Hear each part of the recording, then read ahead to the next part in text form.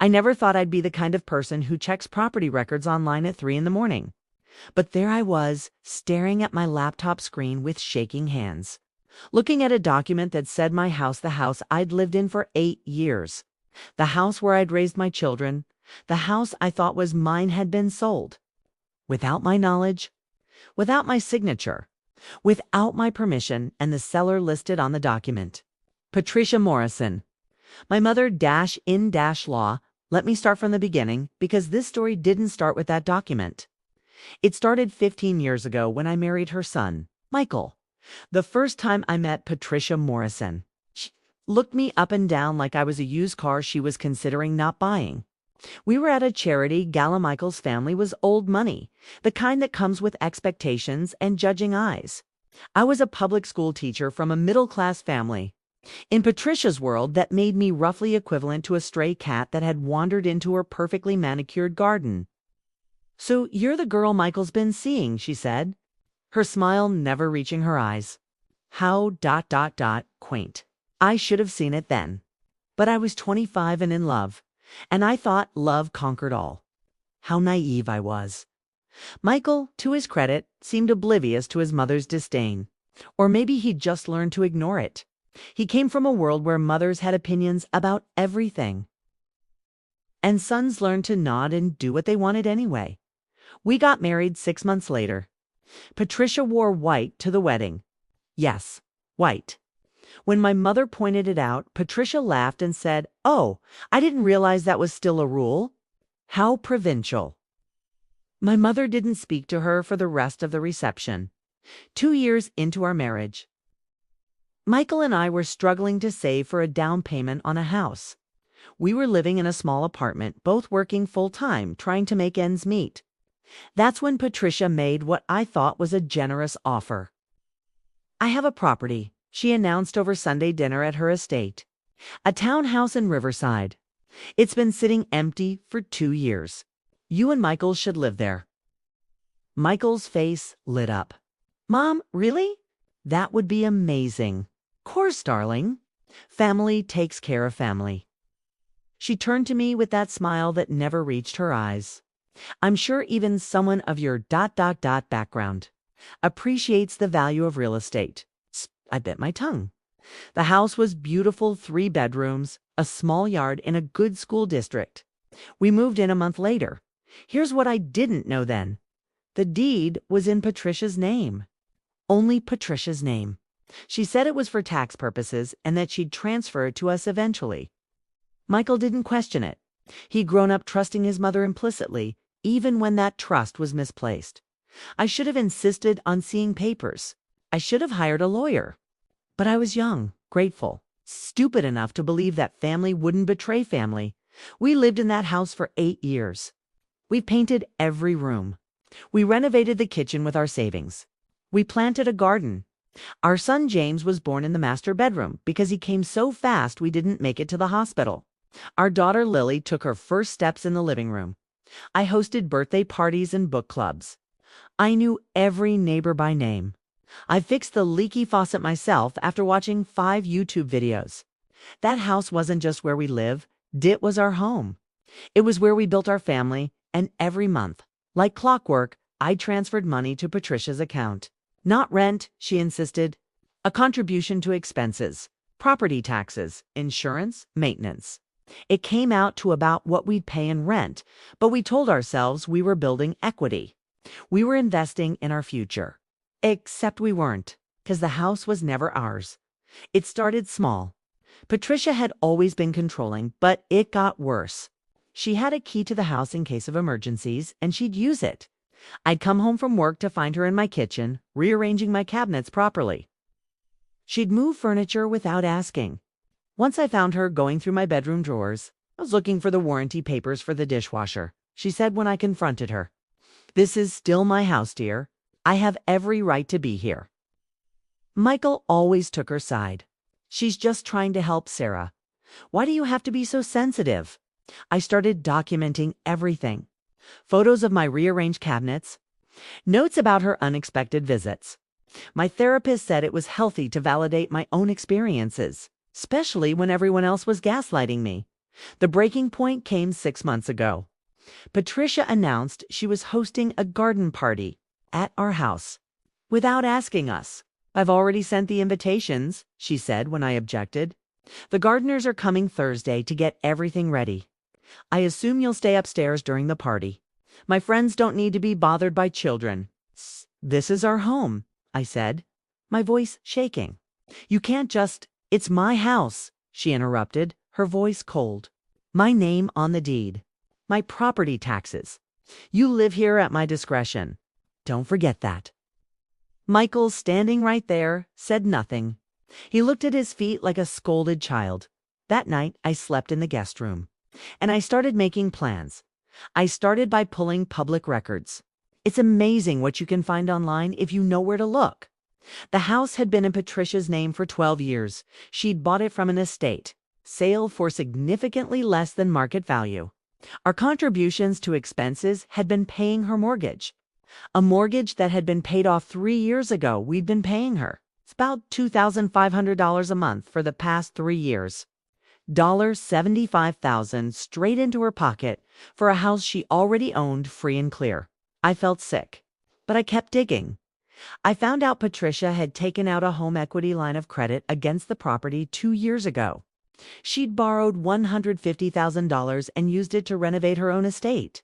Our home, the place where our children slept, was collateral for her personal spending. I scheduled a consultation with a lawyer, a real estate attorney named Jennifer Chen, who listened to my story without judgment. "Do you have any documents showing an agreement to transfer the property?" she asked. "Verbal promises only. My husband will testify to that. Will he?" Jennifer looked at me over her glasses.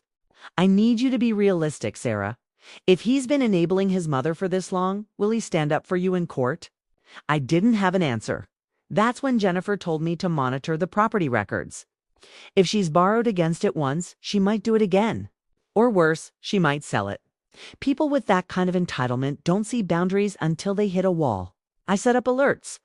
Every time any document was filed related to our address, I'd get an email. The email came on a Tuesday at 2:47 a.m. I'd been having trouble, sleeping 8 months pregnant with our third child and worried about the future.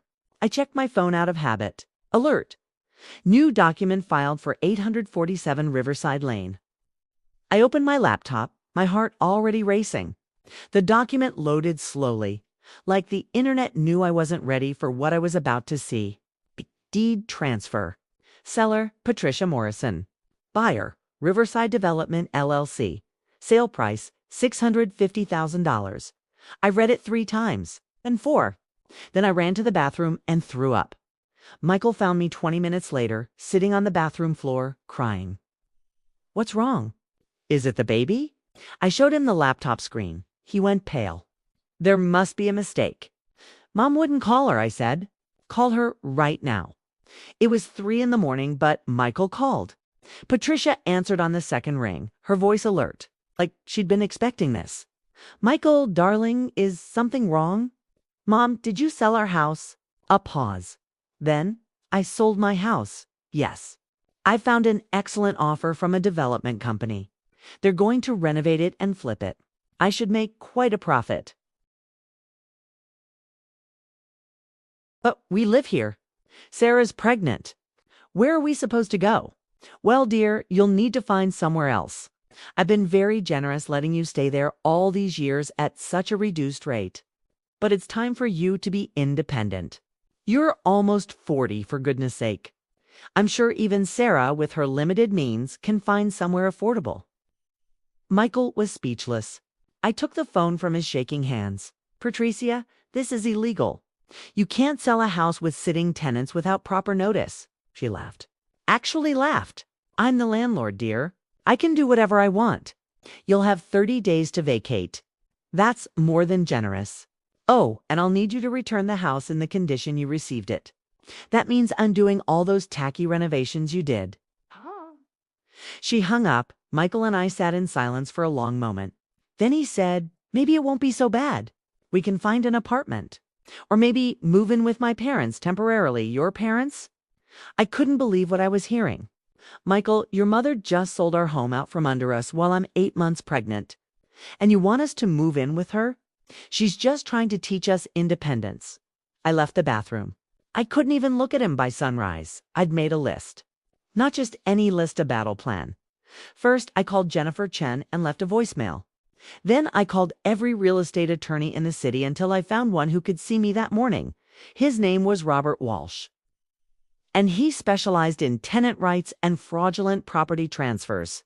He listened to my story, reviewed the documents I'd collected over the past months, and smiled. "This is going to be fun," he said. Here's what I learned. Patricia had made several critical mistakes. First, by accepting our monthly payments for 8 years and never providing us with a formal lease. She'd created what's called an implied tenancy. We had tenant rights, including the right to proper notice before eviction. Second, she'd promised in front of witnesses that she would eventually transfer the house to us. Michael's emails to his mother referencing "when you transfer the deed and our future home" were evidence of that promise. Third, and this is where it got interesting, she'd sold the house to a development company that her best friend's son owned. The sale price of $650,000 was about $150,000 below market value. This suggested the possibility of fraud to avoid giving us any equity in the property. "We're going to file an emergency injunction to stop the sale," Robert said. "Then we're going to sue her for breach of an oral agreement, fraud, and unjust enrichment. Those monthly payments you've been making, we're going to argue they were equity payments, not rent. And that kitchen renovation you paid for? That increased the property value, which means she owes you for improvements. Can we win?" I asked. Maybe not. But we're definitely going to make this very, very expensive for her. And very public. That's when I had my best idea. Patricia Morrison valued 2 things above all else: money and reputation. I couldn't hit her wallet yet. That would take months of litigation. But her reputation? That I could damage today. I posted on every local Facebook group, every neighborhood forum, every community page, warning to the Riverside community: Patricia Morrison has illegally sold a home while tenants with 2 young children and a pregnant mother were living in it, with only 30 days notice and no proper eviction procedure. She accepted equity payments for 8 years while secretly planning to sell. Beware doing business with this family. I included the public records documents. Everything was factual, nothing was libel. Within 6 hours, the post had been shared 500 times. Patricia's phone must have been ringing off the hook. By that evening, the local news had picked it up. The reporter called me. I told her everything, showed her everything. She was particularly interested in the fact that Patricia had borrowed against the house without telling us, putting our home at risk while we were paying her mortgage. The segment aired 2 days later. Patricia looked terrible on camera defensive, angry, entitled. When the reporter asked if she thought it was appropriate to sell a house with a pregnant woman and 2 children living in it, Patricia said they should have bought their own property instead of freeloading. The reporter raised an eyebrow. "But they were paying you $2,500 a month." "That barely covered expenses," Patricia sniffed. The property records show the mortgage was paid off 3 years ago. Patricia's face went red. She ended the interview. The video went viral. Not nationally, but in our city. Everyone saw it. Patricia Morrison, society maven, exposed as a slumlord who exploited her own daughter-in-law. Her charity board asked her to step down. Her country club launched an ethics investigation. Her friends started returning her calls less and less frequently. The emergency injunction worked. The sale was halted pending litigation. Riverside Development LLC tried to back out of the deal entirely. Patricia hired expensive lawyers. We had Robert and Jennifer, who billed fairly but worked hard. The case took 8 months.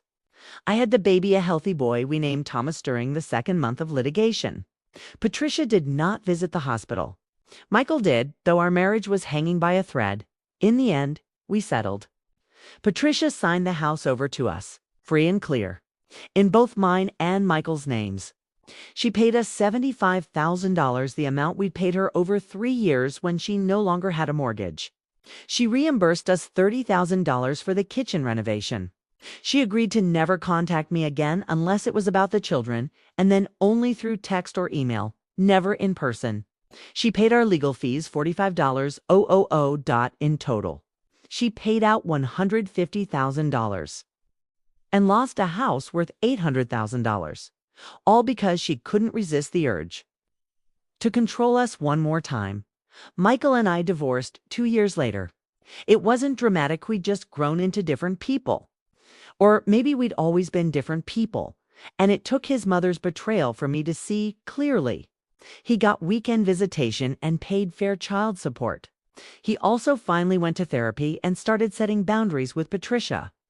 Patricia herself became something of a pariah in her social circles.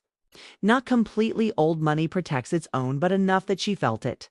She moved to a condo in Florida, and we rarely saw her. The kids ask about Grandma sometimes. I tell them she loves them, which might even be true in her way.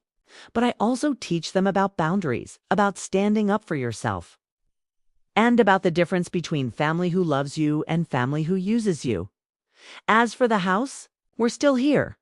I refinanced it in my name only as part of the divorce. Michael didn't contest it. I repainted the walls again in colors Patricia would have hated. I planted a garden with vegetables, not ornamental flowers. I joined the local tenant rights advocacy group and help other people navigate similar situations. And sometimes, when I'm sitting on my back porch watching my kids play in OUR yard in OUR house that no one can take from us, I think about that night when I found the deed transfer. I think about how I could have just accepted it. How I could have let Patricia win because fighting seemed too hard, too expensive, too risky. But I didn't. I fought. And I won. Not just the house. I won my self-respect. I won the right to teach my children that you don't let people walk over you, even if they're family. Especially if they're family. Patricia Morrison tried to sell my house without permission. What I did next shocked the whole family. I took it back.